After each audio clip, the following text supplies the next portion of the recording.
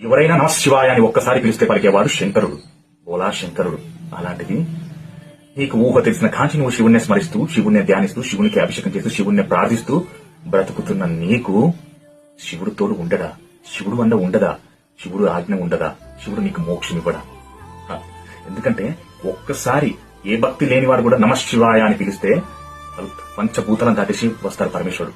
అలాంటిది శివుడే నాకు అన్ని, శివుడే నా లోకం, శివుడే నా ప్రపంచం అనుకున్న నీకు శివుడు తోడు ఉండడా?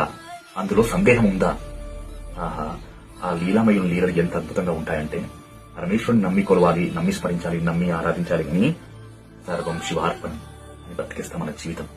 మన జీవితం ఈ జన్మనిచ్చినందుకు ఈ జీవితం శివుడికి అంకితం చేయాలి, భక్తి శివుడికి అంకితం చేయాలి. ఇంకో జన్మ ఉంటదా ఉండదా అని తెలియదు, కానీ ఇంకో జన్మ నీకు ఉండద్దు అనుకోని శివుడికి నీ భక్తిని అంకితం చేసి ఇంకో జన్మ లేకుండా మోక్షాన్ని ప్రసాదించుకునే పరమేశ్వరుని అడగాలి. అందులో ఉన్న మహాభాగ్యం, మహా అదృష్టం, మహాపుణ్యం ఇంకెందులో ఉండదు. నిజంగా శివుడు అనుగ్రహించి నీకు మోక్షం ఇచ్చాడా? అంతకు మించిన వరం నీకు ఈ జీవితంలో ఉండదు. హర హర మహాదేవ శంభో శంకర్.